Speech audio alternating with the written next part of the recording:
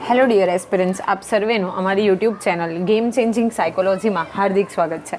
આજના વિડીયોમાં આપણે પ્રોબેશન ઓફિસર, ચીફ ઓફિસર તેમજ અન્ય કેટલીક સરકારી પરીક્ષાઓ માટે સરકારની જે વિવિધ રનિંગ સ્કીમ્સ છે એટલે કે યોજનાઓ છે એમાંથી ઘણા બધા પ્રશ્નો પૂછાતા હોય છે.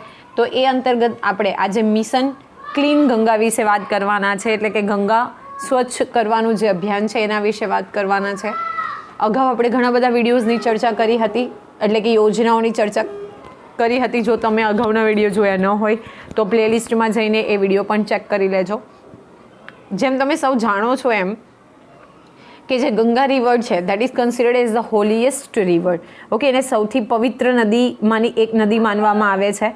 પરંતુ એની પાછળ જે બિલીફ એટલે કે જે આપણી માન્યતા સંકળાયેલી છે કે નદીમાં સ્નાન કરીને પાપ ધોવા એન્ડ અધર બીજી જે માન્યતાઓ છે, તો એને કારણે પ્લસ જે ત્યાંની ઇન્ડસ્ટ્રીઝ છે તો એને કારણે આજે રિવર ગંગા છે એ ખૂબ પ્રદૂષિત હાલતમાં છે.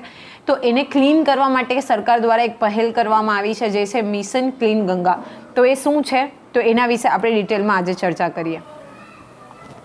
ગંગા નદીને ભારતની સૌથી પવિત્ર નદીઓમાંની એક માનવામાં આવે છે. મેં તમને હમણાં જ કીધું કે Ganga is considered as one of the holiest river of India.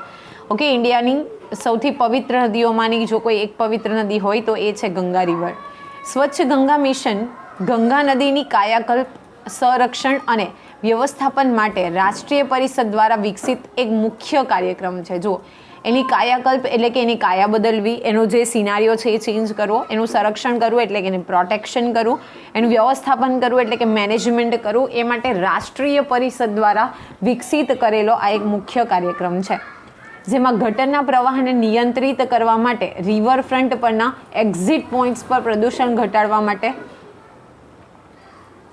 તાત્કાલિક ટૂંકા ગાળાના પગલાંને પુનર્વસન અને પ્રોત્સાહન અપાશે. ઓકે, શું છે કે ગટરના પ્રવાહને નિયંત્રિત કરવો. તમને બધાને કદાચ ખબર હશે કે જે સેવેજ વોટર છે એટલે કે ગટરનું પાણી છે, ઇન્ડસ્ટ્રીઝનું પાણી છે, એ સીધું રિલીઝ કરી દેવામાં આવે છે. ઓકે, તો એને નિયંત્રિત કરવું.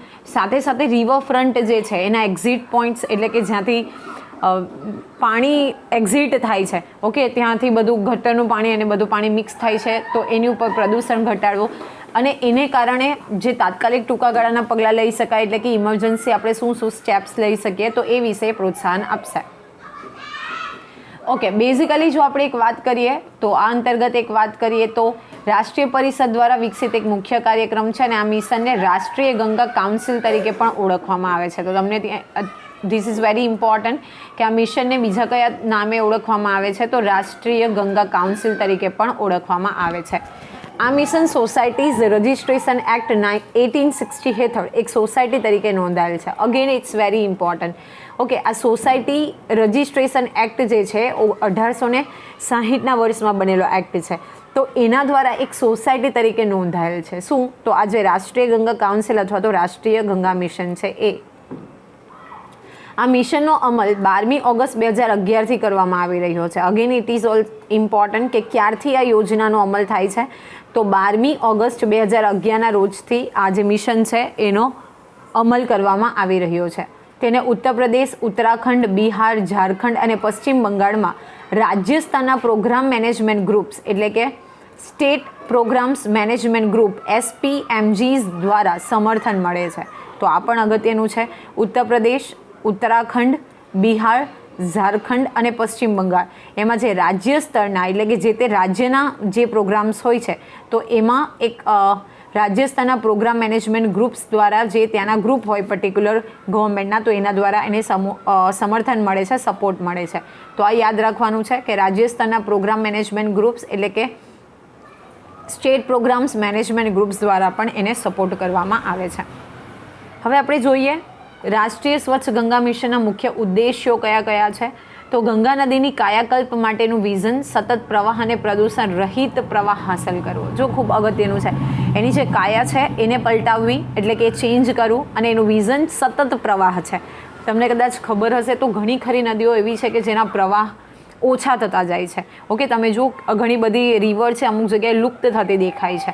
એના પ્રવાહ જે છે એ સાંકડા બનતા રહ્યા છે અને સાથે સાથે પ્રવાહ તો મેન્ટેન કરવાનો જ છે પણ એ કેવો હોવો જોઈએ વિધાઉટ પોલ્યુશન એટલે કે પોલ્યુશન ફ્રી, પ્રદૂષણ રહિત પ્રવાહ જે છે એ હાંસલ કરવો એ આ મિશનનો મુખ્ય ઉદ્દેશ્ય છે.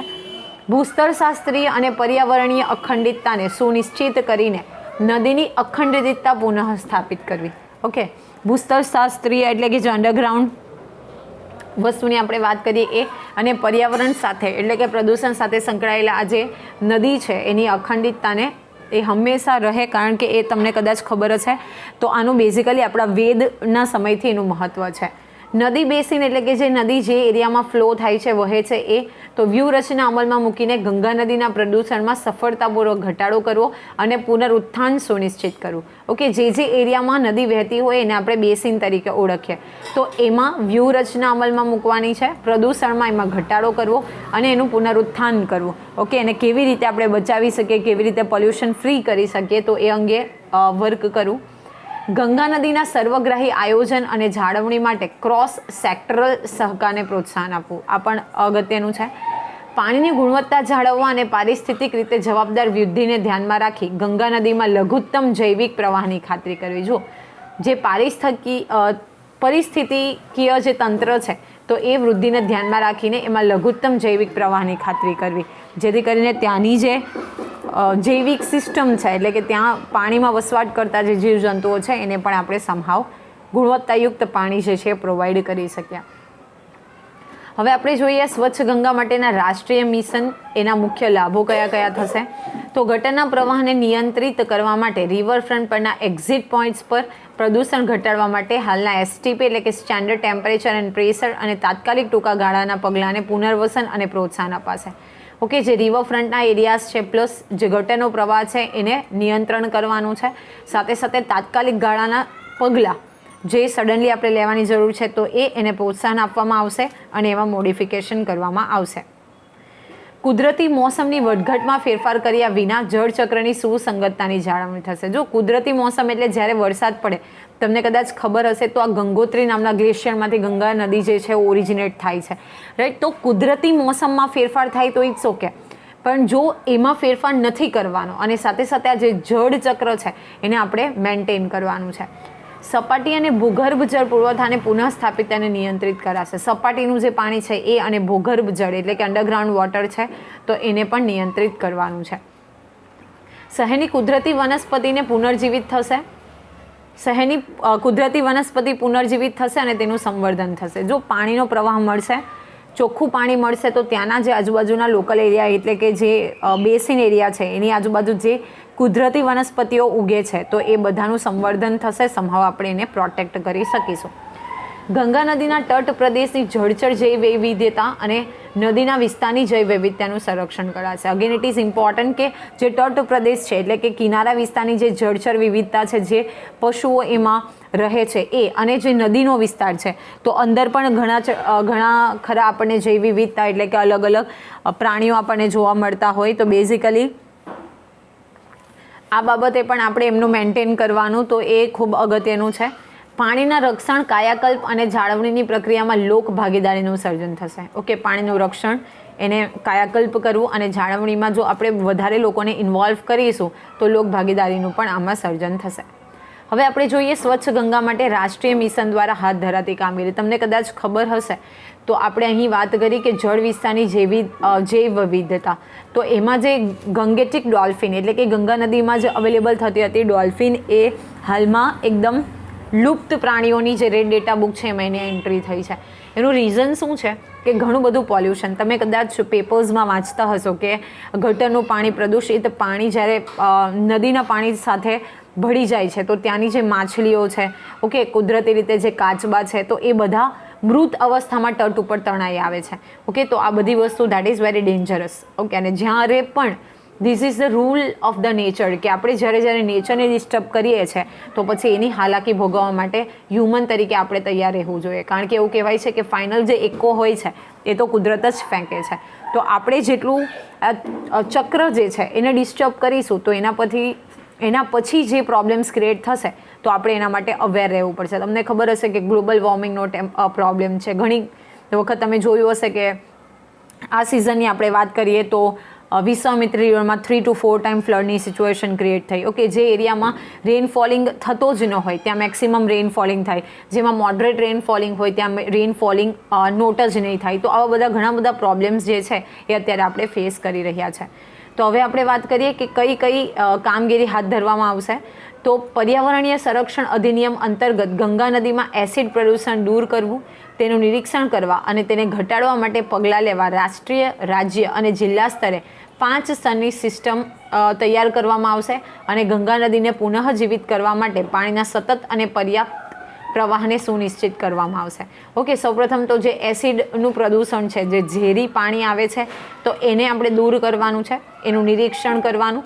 એ માટે રાષ્ટ્રીય સ્તરે તો પગલાં લેવાશે જ, સાથે સાથે રાજ્ય સ્તરે અને જિલ્લા સ્તરે પણ 5 સ્તરીય જે સિસ્ટમ છે એ સ્થાપવામાં આવશે. હવે જોઈએ પ્રધાનમંત્રીની અધ્યક્ષતામાં બનેલી આ જે રાષ્ટ્રીય ગંગા પરિષદ છે, તો એ શા માટેની રચના થઈ છે. તો ગંગા નદીના શુદ્ધિકરણ માટે પ્રધાનમંત્રીની અધ્યક્ષતામાં આ પરિષદની રચના કરવામાં આવી છે. તો એમાં કયા કયા વસ્તુઓ ઇન્ક્લુડ થઈ છે. તો જલશક્તિ મંત્રાલયના કેન્દ્રીય પ્રધાનમંત્રીની અધ્યક્ષતામાં ગંગા નદી પર એમ્પાવર્ડ ટાસ્ક ફોર્સની રચના થશે. સાથે સાથે સ્વચ્છ ગંગા માટે રાષ્ટ્રીય મિશન, રાજ્ય ગંગા સમિતિઓ બનાવવામાં આવશે. ઓકે, જે તે રાજ્યમાંથી રાજ્ય ગંગા સમિતિઓ બનાવવામાં આવશે. રાજ્યોમાં ગંગા નદી અને તેની ઉપનદીઓ પરના દરેક નિર્દિષ્ટ જિલ્લામાં ગંગા સમિતિઓ બનશે. એની ઉપનદીઓ એટલે કે એની જે ડિસ્ટ્રીબ્યુટરી છે, there are 2 types of river. જો એક મેઇન રિવર હોય, ઓકે, તો એ મેઇન રિવરમાંથી જે બીજી નદીઓનો પ્રવાહ સર્જન થાય તો એને આપણે ઉપનદી કહીએ, જેને આપણે કહીએ ડિસ્ટ્રીબ્યુટરી.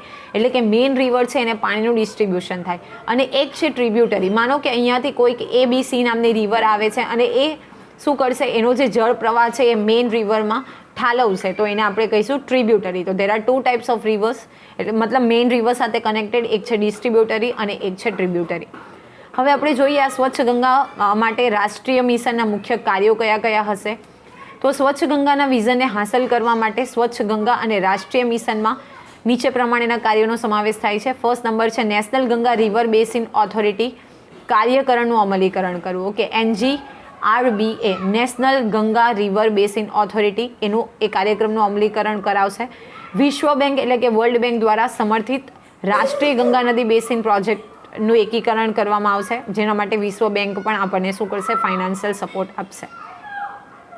ભારત સરકાર દ્વારા મંજૂર કરાયેલા પ્રોજેક્ટ્સના અમલીકરણની દેખરેખ અને સંચાલન કરવામાં આવશે. તો ભારત સરકાર દ્વારા જે રજૂ કરાયેલા પ્રોજેક્ટ્સ છે, મંજૂર કરાયેલા પ્રોજેક્ટ્સ છે, એ અમલીકરણ થાય છે કે કેમ, તો એ ચેક કરવામાં આવશે. ગંગા નદીના પુનઃ સંગ્રહના સંદર્ભમાં આપવામાં આવેલી કેટલાક વધારાના સંશોધન અથવા ફરજો કરવા, કોઈક વધારેનું સંશોધન કરવાની રિક્વાયરમેન્ટ હશે અથવા તો કોઈ ફરજો આપવામાં આવી હશે તો એ ફરજ અદા કરવી.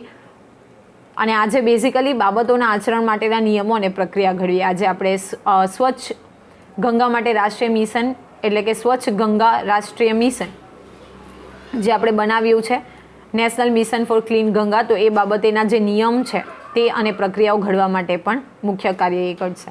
હવે આપણે જોઈએ નમામી ગંગે કાર્યક્રમ. તો નમામી ગંગે પ્રોજેક્ટ એ મહત્વાકાંક્ષી વિકાસ યોજના છે જે કેન્દ્ર સરકાર દ્વારા જૂન 2014માં ₹20,000 કરોડ બજેટ સાથે ફ્લેગશિપ પહેલ તરીકે અધિકૃત કરવામાં આવી છે. તો તમને પૂછાઈ શકે કે કેન્દ્ર સરકાર દ્વારા જૂન 2024માં કેટલું બજેટ ફાળવવામાં આવ્યું હતું, તો લગભગ 20,000 કરોડ જેટલું બજેટ ફાળવવામાં આવ્યું હતું. ગંગા નદીના પ્રદૂષણ વ્યવસ્થાપન, પુનઃસ્થાપન અને પુનઃજીવિત કરવાના 2 લક્ષ્યોને પૂર્ણ કરવા અમલીકરણને એન્ટ્રી લેવલ સુધીની એટલે કે સીધી દ્રશ્યમાન અસર માટે મધ્યમ ગાળાની પ્રવૃત્તિઓ 5 વર્ષમાં લાગુ કરવામાં આવશે અને લાંબા ગાળાની પ્રવૃત્તિઓ જે છે 10 વર્ષમાં અમલમાં મૂકવામાં આવશે. એ બાબતે વિભાજિત કરી છે.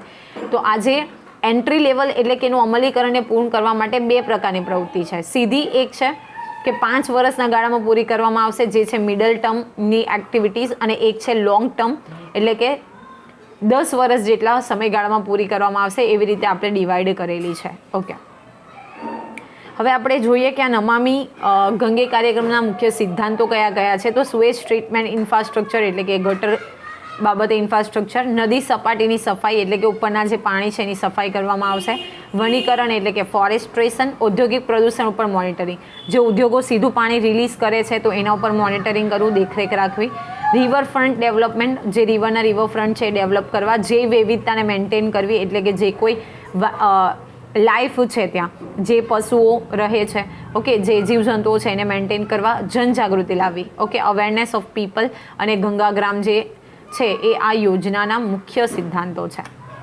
હવે આપણે જોઈએ કે આ જે સ્વચ્છ ગંગા મિશન છે તો એનામાં ઘણા બધા પ્રશ્ન જે છે એ વારંવાર પૂછાયા છે. તો સૌપ્રથમ પ્રશ્ન એવો પૂછાયો છે કે આ રાષ્ટ્રીય મિશન ક્યારે શરૂ કરવામાં આવ્યું હતું?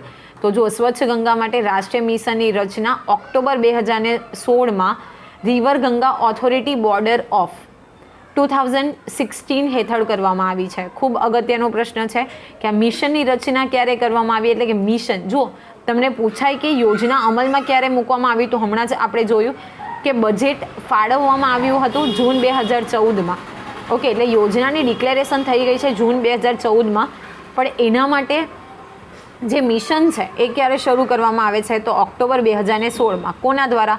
તો river Ganga authority border of 2016 અંતર્ગત આ મિશન જે છે એની રચના કરવામાં આવે છે.